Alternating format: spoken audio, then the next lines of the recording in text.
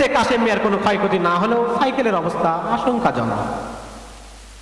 সাধারণ মানুষ এ বিষয়ে কোনো পদক্ষেপ না নেওয়ায় একদল স্যাংরা বিক্ষোভ মিছিল করে।